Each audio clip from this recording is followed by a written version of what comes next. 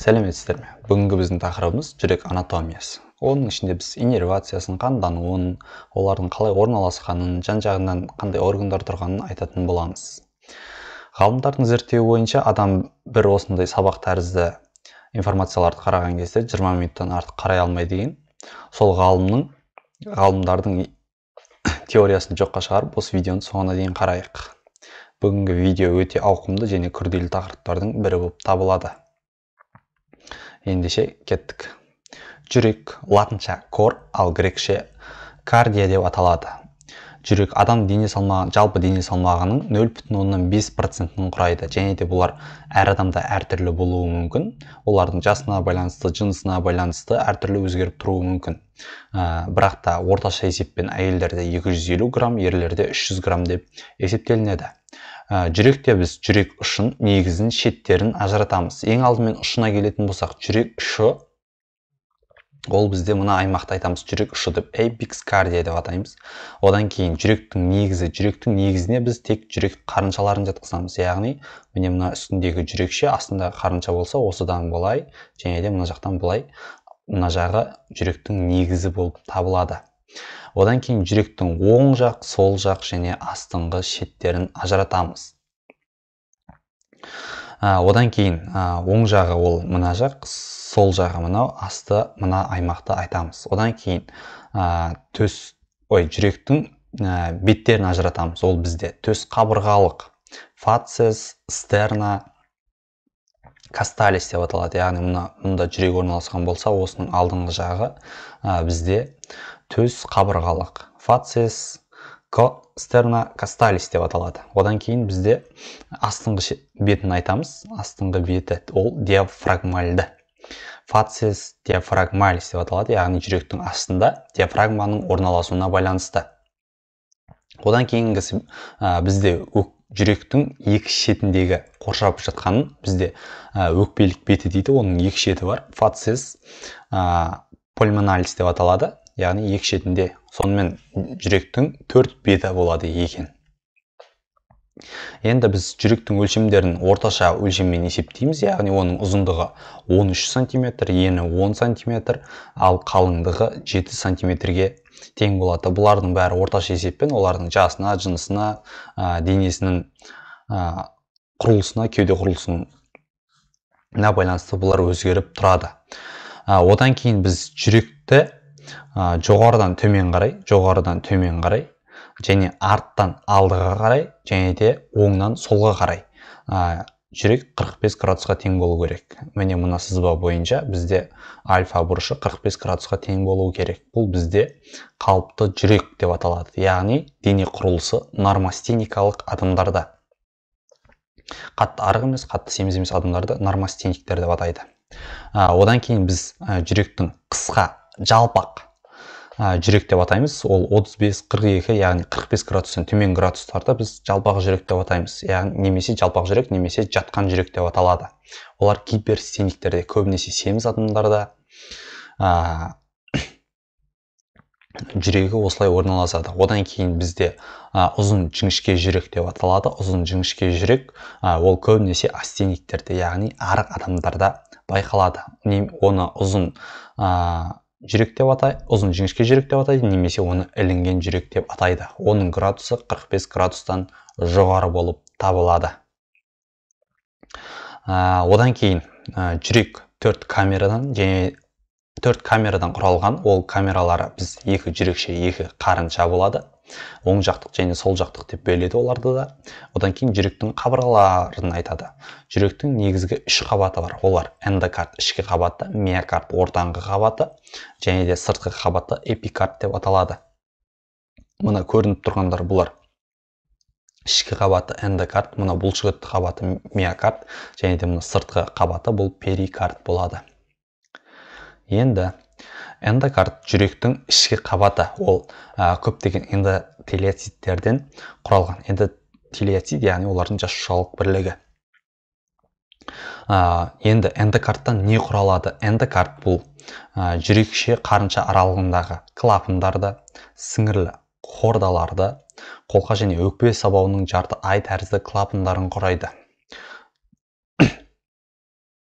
жүрекше мен қарыншалар олар бір-біріне осы клапандар арқылы бөлінеді. Яғни үсті жүрекше олардың арасында фиброзды сақина орналасады, сол арқылы ол жерде клапандар бекінеді. Сол клапандар арқылы жүректе біз жүрекшені және қарыншаны екеуін бір-бірінен бөліп аламыз. Одан кейін бұл клапандарды артқа қарай тартып, бұл қарыншаның бұлшықеттеріне, қабырғасына тартып тұратында біз оларды сіңірлі хордалар деп атаймыз. Негізгі қызметі осы клапандарды жабылған кезінде ашылып кетпеуін қадағалау болып табылады. Одан кейін миокард. Миокард бұл жүректің бұлшықетті қабаты немесе ортаңғы қабаты деп аталады. Ол көлденең жолақты бұлшықет тінінен құралған, және де оның құрамына бірқатар кардиомиоциттер жиынтығы кіреді. Мына қабаттың бәрі бұлшықетті қабат болып табылады. Ол жүрекшелердегі тарақ тәрізді бұлшықеттерді, және де қарыншалардағы емізікше тәрізді бұлшықеттерді, және де қарыншалардағы етті трабекуланы құрайды. Тарақ тәрізді жүрекшелердегі тарақ тәрізді бұлшықеттер дегеніміз мына бір құрылымдар. Одан кейінгісі мынау клапандар болып табылатын болса, мына жер сіңірлі хорда, ал олар сіңірлі хорда, бұлар емізік тәрізді бұлшықеттерге барып тіркеледі. Одан кейінгісі мына жерде етті трабекулалар дейді. Қарыншалардың ішіндегі етті трабекулалар, олар да жүректің ортаңғы қабаты, яғни миокардтан құралады екен. Енді эпикард. Эпикард бұл перикардтың висцеральды қабаты болып табылады. Перикард дегеніміз бұл жүректің сыртынан қаптап тұрған, бір сөзбен айтқанда қапшық. Оның екі қабаты болады, серозды және фиброзды деген. Серозды қабаты осы эпикард, эпикардиум немесе серозды қабаты, оның сыртынан бізде фиброзды капсула құрайды да, ол перикардтың фиброзды капсуласы деп аталады. Және де осы серозды қабат пен фиброзды қабаттың екеуінің ортасындағы кеңістікті біз перикард қуысы, кавум перикардиум деп аталады. Ол жерде аздаған сұйықтық болады. Егер де ол жерде қандай бір инфекциялар, сондайлар болатын болса, онда біз ол жерде перикардит деп атайтын боламыз. Енді жүректің клапандық аппараты. Жүректің клапандық аппараты жоғарыда айтып кеткендей, оның эндокард қабатынан тұрады. Негізінен жүректе 4 клапан бар. Олардың алғашқы екеуі, яғни жүрекше, қарыншалық клапандар. Олар жүрекше мен қарыншаның ортасын бөліп тұрады. Және де оларда вальва атриовентрикулярис декстра және де вальва атриовентрикулярис синистра деп латынша атайды. Оң жақтық жүрекше қарыншалық клапанда трикуспидалис деп атайды, немесе үш жармалы қақпақша. Ал сол жақтағы бикуспидалис немесе митралис деп аталады, яғни екі жармалы қақпақша немесе митральды қақпақша деп аталады. Одан кейін бұлардың атына сай 3 және 2 жармалары, яғни қақпақшалар болады. Мынау біреу, екеу, үшеу. Және де бұлар жаңағы миокардтан тұратын емізікшелі бұлшықеттердің арқасында бұлар активті жабылып, ашылып тұратын болады. Яғни емізікшелі бұлшықеттер жиырылған кезде оларды ашып, қайтадан жауып тұратын болады. Яғни бұлар активті жұмыс атқарады. Одан кейін жүрек клапандарының ішінде тағы 2 клапан бар. Бұл сол жақ қарыншадан шығатын аортальды клапан, яғни вальва аорта, және де оң жақ қарыншадан шығатын өкпе сабауының клапаны, бұл вальва трунки пульмоналис. Бұлар қысымның әсерінен жұмыс істейді. Яғни қарыншалардан қысым жоғарылаған кезде бұл клапандар ашылады да, қан осы клапандарға қарай кететін болады. Сондықтан бұларды пассивті жұмыс атқарады деп санайды. Қызық бір информация болсын, адамның клапандары күніне 100 мың рет ашылып жабылып тұрады екен. Ал 70 жыл ішінде, мына жерде қате кетіп қапты, 2 миллиард 555 миллион рет ашылып жабылады екен. Енді жүрекше қарыншалық клапандар құрамына не кіреді? Негізінен олар фиброз сақинадан, сіңірлі хордалардан, емізікше тәрізді бұлшықеттерден және створки, яғни жаңағы жармаларынан тұратын болады. Енді бұлар бикуспидалис пен трикуспидалис. Енді бұларды айта кететін болсақ, фиброзды капсула ол мына бір қоршап тұрған фиброз тінді айтады. Осы фиброз тінге бізге мына жармалар бірігетін болады. Осы жерге барып байланысып тұрады да. осы жармаларға біз астынан сіңірлі хордалар кетеді. Мынау сіңірлі хордалар деп аталады.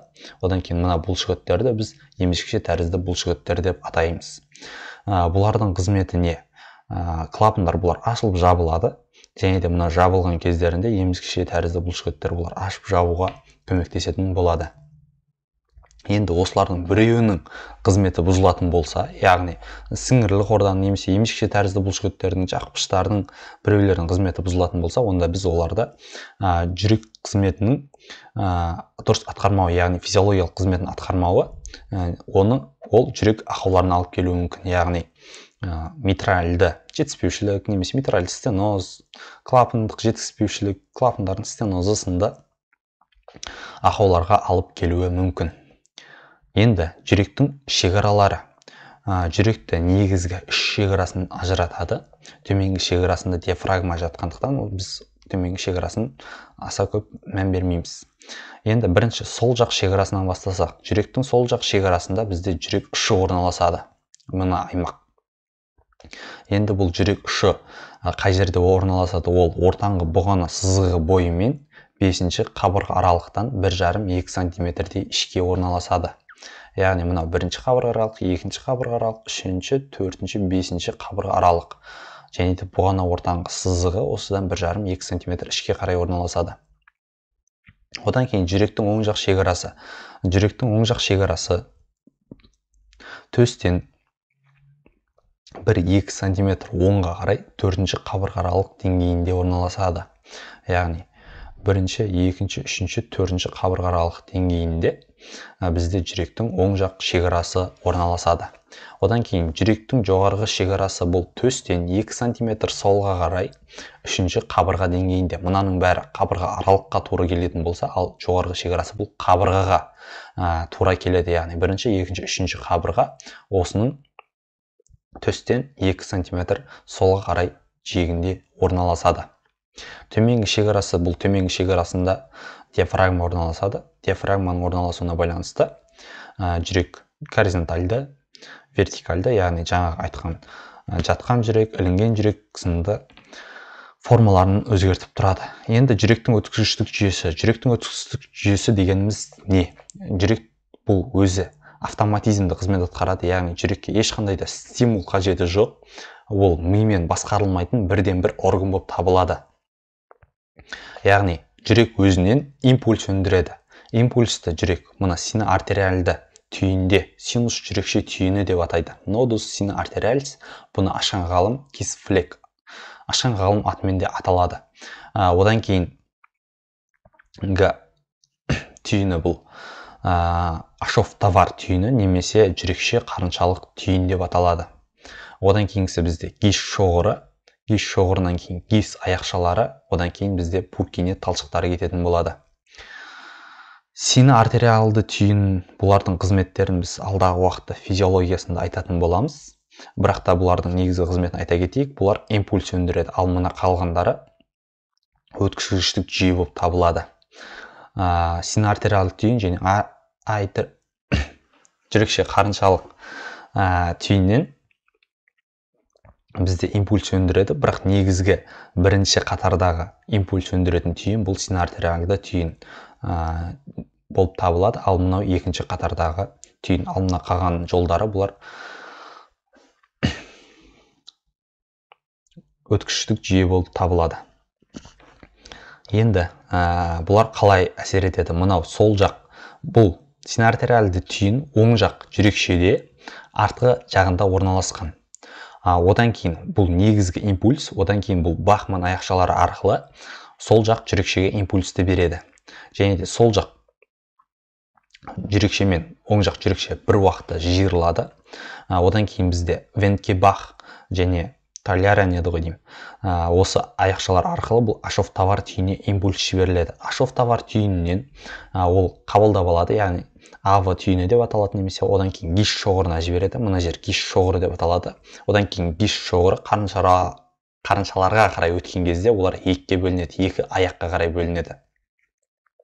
Екі аяққа бөлінген кезде оң жақтық және сол жақтық аяқтарына бөлінеді. Оң жақтық аяғы біреу болып ары қарай Пуркини талшықтарына ұласып кетеді де бұл қайтадан жүректің бүкіл қабырғасын алады. Ал сол жақ аяғы екіге бөлінеді. Неге? Себебі жүректің сол жақ қарыншасы үлкен болып табылғандықтан бұлар екіге бөлінеді де ары қарай бұл да Пуркини талшықтарына ұласады. Осылай жүрек бір мезетте синхронды жиырылып тұруына көмектеседі. Яғни жүрекшелер бұл бірінші импульс барғандықтан бұлар қарыншаларға қарағанда 0,1 секундқа сәл жылдам жиырылады.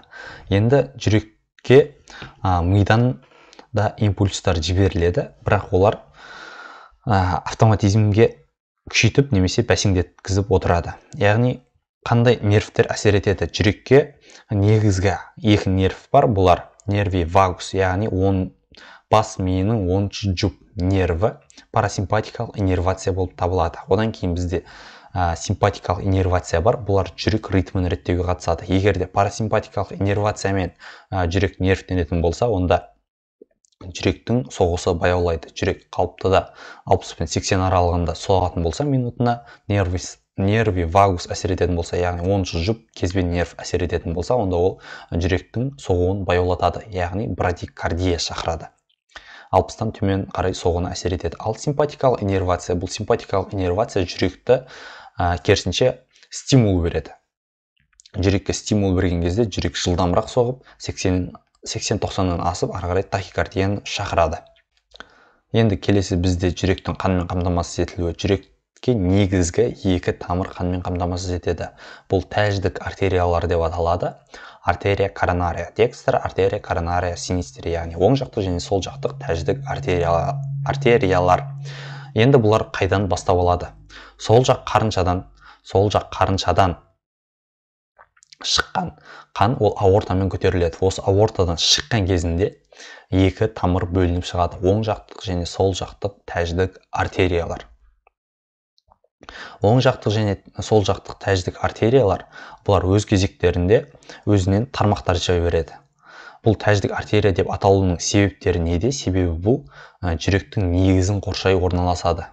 Яғни жаңелде айтып кеттік, жүректің негізіне жүрек қарыншалары кіреді, ал жүрек шелер бұлар жүрек негізіне кірмейді. Яғни жүректі негізін бұлай қоршап орналасады.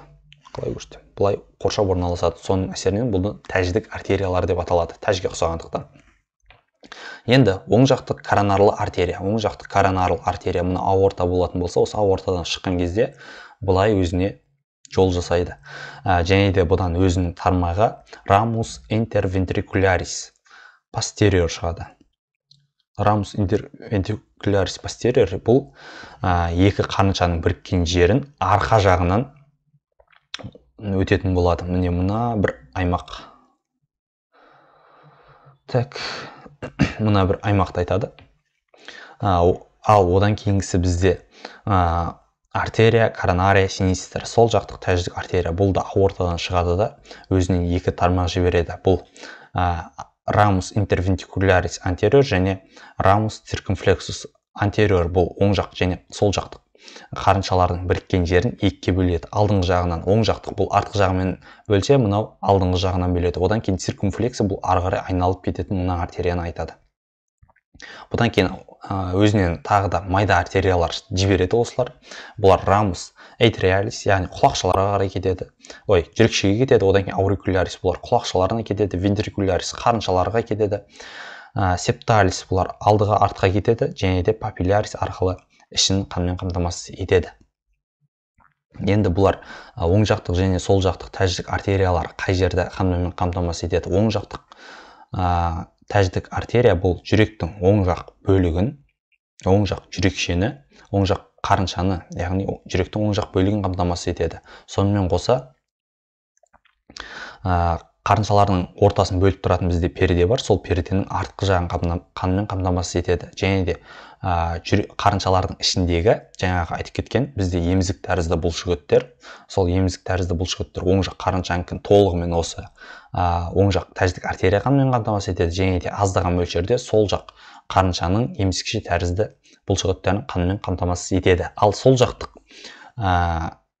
коронарлы артерия бұл толығымен жүректің сол жағын, яғни сол жақ жүрекше және сол жақ қарыншаны қанмен қамтамасыз етеді.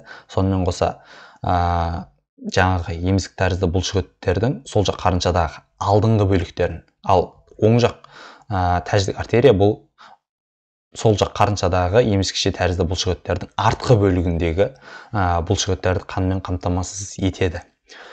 Енді бұлар артериялар негізінен бұлар қанды алып келеді. Енді бұл қанды алып кету керек. Жүректен қанды алып кететін бізде үлкен, орташа және де кіші көлемдегі веналарды атаймыз. Үлкен веналарға бізге вена парва, вена магна, вена медия сынды веналар жатады. Олар тікелей сол жақ, міне мына веналарды айтамыз. Осы веналар тікелей бізде синусқа апарып құяды, ал синус ол оң жақ жүрекшеге құяды. Одан кейін біз жүректе орташа көлемдегі веналарды ажыратамыз. Орташа көлемдегі веналар олар вена кордис ventriculus anterior, яғни қарыншалардың алдыңғы жағында орналасқан веналар, олар тікелей сол оң жақ жүрекшеге құяды. Ал одан кейін біз кіші көлемдегі веналарды айтамыз. Оларды біз вена кордис минимая деп атаймыз. Олар негізгі бөлігі оң жақ жүрекшеге, ал қалған аз бөліктер оң жақ қарыншаға, сол жақ қарыншаға, сол жақ жүрекшеге құя береді екен. Осымен видеомыз соңына жетті. Егер видео ұнаған немесе пайдалы болған болса, онда каналға тіркеліп лайкты басуды ұмытпаңыздар. Сіздердің әрбір басқан лайктарыңыз және тіркелгендеріңіз бұл қазақша медициналық каналдың дамуына өз үлесін қосады. Қош сау болыңыздар.